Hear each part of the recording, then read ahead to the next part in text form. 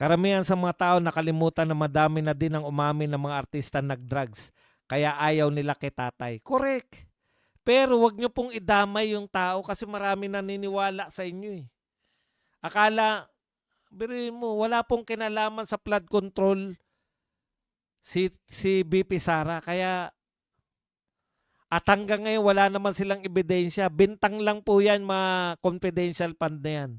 Dapat doon siya mag-imbestiga sa friend daw niya na pinakitaan siya ng house vault na puno ng pera.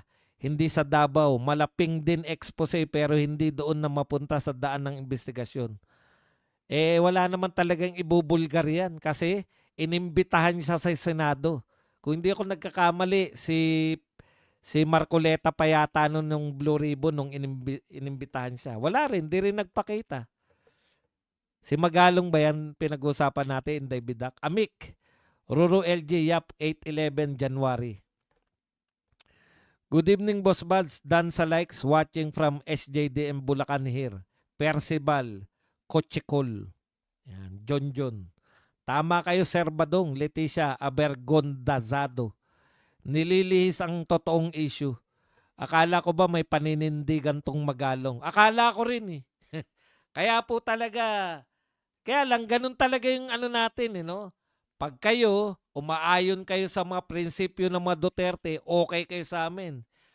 Kahit hindi kayo maka-Duterte, hindi naman po Duterte talaga yan eh. Pero, once na makitaan namin kayo na ng ganyan, putya, banat na yan. Hindi natin siya binabanatan ng personal.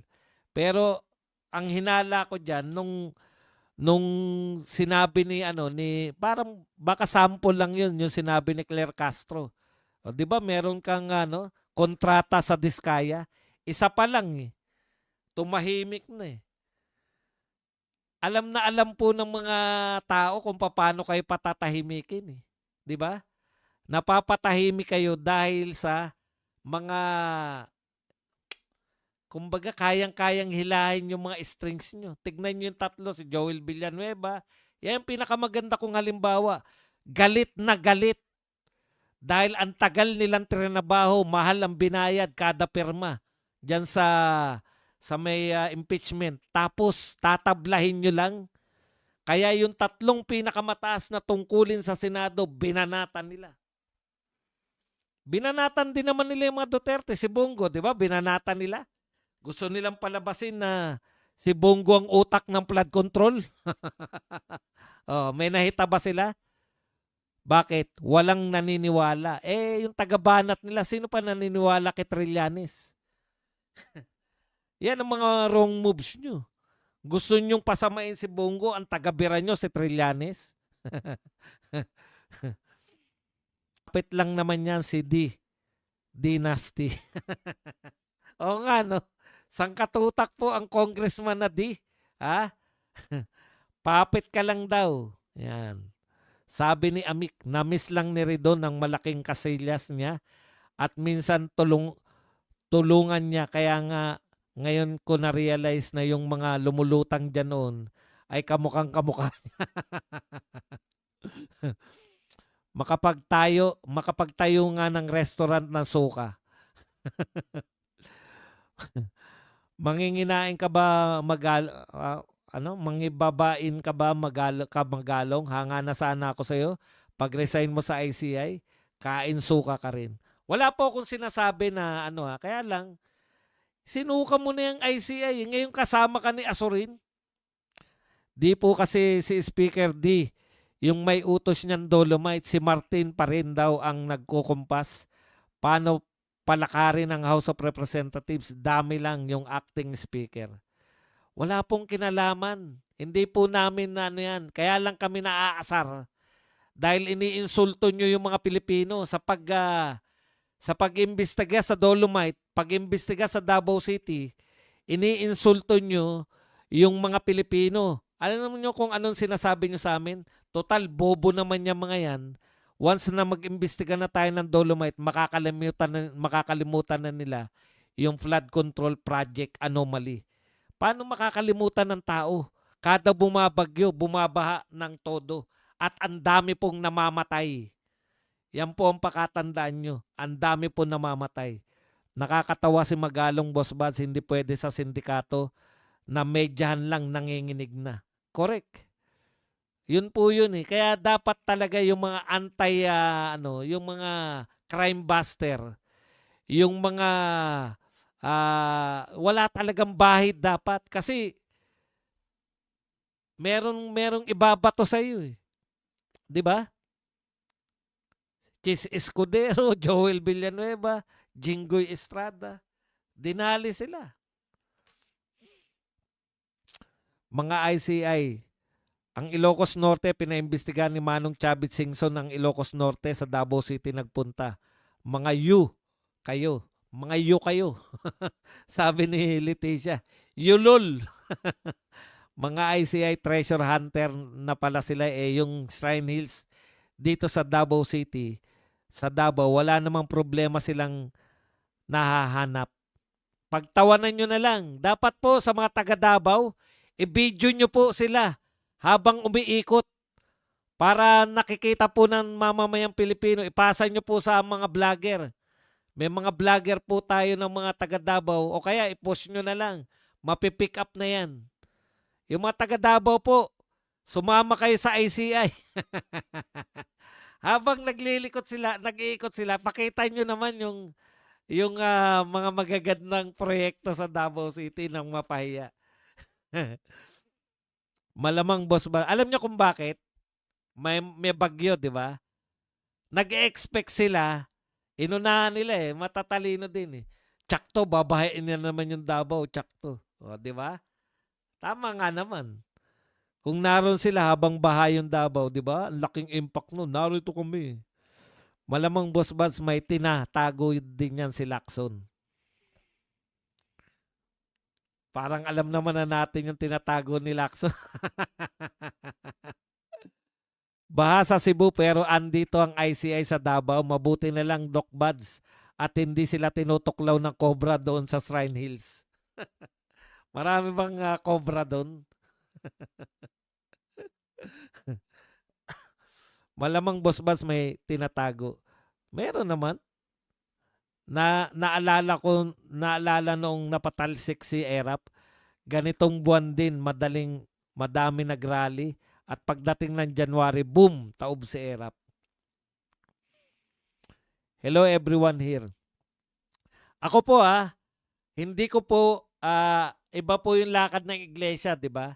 Sa November 30 po ako yung yung kinakabahan dito kasi magrarally na naman mga tukmol na dilawan. Ibigay nyo na yung laban. Alam naman namin lahat, nakakampi nyo si Marcos eh. Para rin kayo si Marcos eh. Nakikigalit lang din kayo sa mga tao. Ibigay nyo na po kung hindi nyo naman kayang banatan yung mga totoong magnanakaw.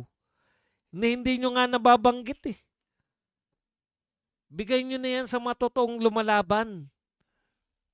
Alam po kasi nila galit yung mga tao, galit yung mga negosyante. Sana lang po kayong mga negosyante, kung magpupondo po kayo ng mga magbibigay po kayo, totoo namang pera din yung involved dyan, sa mga uniforme na lang ng tao dyan. Alam nyo po kung bakit po namin nasasabi yung mga Duterte, totoong organic, hindi organized, wala pong pondong umiikot. Nakita nyo naman, kami lang po yung nagrarally na kanya-kanyang damit. Di ba? Meron man, yung mga maisog, meron man, matagal na nilang mga damit. Nakikisama na, halimbawa, magsuot tayo ng kulay green. Kanya-kanyang kulay green yan. Alam niyo yun? Yun talaga nakikita nyo eh. Sasabihin na naman yan, konti lang naman kayo mga Duterte. Bakit hindi namang mahilig mag-rally yung mga Duterte? Ngayon na lang nga nagra-rally yung mga Duterte. Sa galit dyan sa mga yan. Yung mga sanay mag-rally. Kita sa mga videos, nag-iikot ang ICI tapos naghanap ng problema. Bayad na sila sa papel nila. Ayan. Sabi ni Shakur, kita raw sa video, ikot sila na ikot. Napakaraming pinahirapan at pinatay na Pilipino na ang DPWH Ghost Project niyan. Tapos ang solusyon nila, alam nyo kung ano? Magbawas ng budget. Magnanakaw na riyan pa. Takang puta, oh. Kasi ganito yung logic nila eh. Overprice ng 50%. Bawasan natin yung 50%. Para wala nang overprice, wala nang ninakaw. Utot nyo. Ang gagawin naman nila, babawasan naman yung semento. Mga bugok ang puta. Ipakulong ninyo yung mga magnanakaw para madala. Ay, hindi, wag na tayo magnakaw. Nakakulong na. Oh. Bilyonaryo yun, pinakulong. Ipakulong nyo yan ng habang buhay. Lalo na yung malalaking tao. Yung pati yung literal na malaki. Ipakulong nyo. Para masabi ng mga tao, putya, walang lusot. Kamag-anak incorporated na yun, nakakulong pa. Malaking tao na yun, nakakulong pa. Paano pa tayo? 100 milyon lang ninanakaw natin, yung 100 bilyon no, nakakulong. Yari tayo dyan. Hindi yung overprice, kaya bawasan natin yung budget. Putang, anong klaseng utak yun? Hindi mo tinanggal yung magnanakaw, binawasan mo lang yung budget. Tatabangan lang niyan yung semento. Oh, imbis na 50 bakal yung nakalagay, 5 bakal na lang. Hindi nga overprice yung bakal. Inuntian naman. Putang mga bobo. Ewan ko. Ginagawa niyong ugok yung mga Pilipino. Eh. Matatalino kayo pero ginagawa niyong bobo yung mga Pilipino. Eh. Oh, palabasin mo na 50% yung ano. Para mukhang may ginagawa tayo. Bawasan natin yung budget. Saan mapupunta yung binawas na budget? Subi muna. Isubi muna namin. O yun na nga po yung nakakatakot eh. Sinusubi nyo eh. Para malaman mo, no? Ang daming press conference. Isosoli na ang pera ng PhilHealth. Puta, tuwan-tuwa naman yung mga Pilipino. Kaya ba ni Duterte yan? Hindi kaya ni Duterte magsoli ng pera ng PhilHealth dahil hindi siya kumuha ng pera ng PhilHealth. Duterte ba? Duterte. Pugil.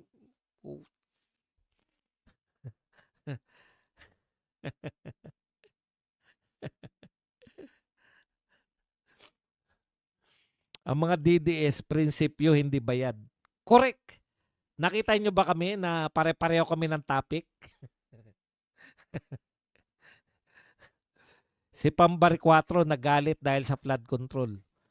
Alam nyo kung ano ang sagot ni French Castro ni Anticler Castro? Yung pangulo daw galit din daw. Puta, nakikigalit lang. Umaksyon po kayo. Huwag po kayo magalit lang. Kami, okay lang na magalit. Yun lang kaya namin gawin, magsalita, magalit. Pero kayo po, presidente kayo eh.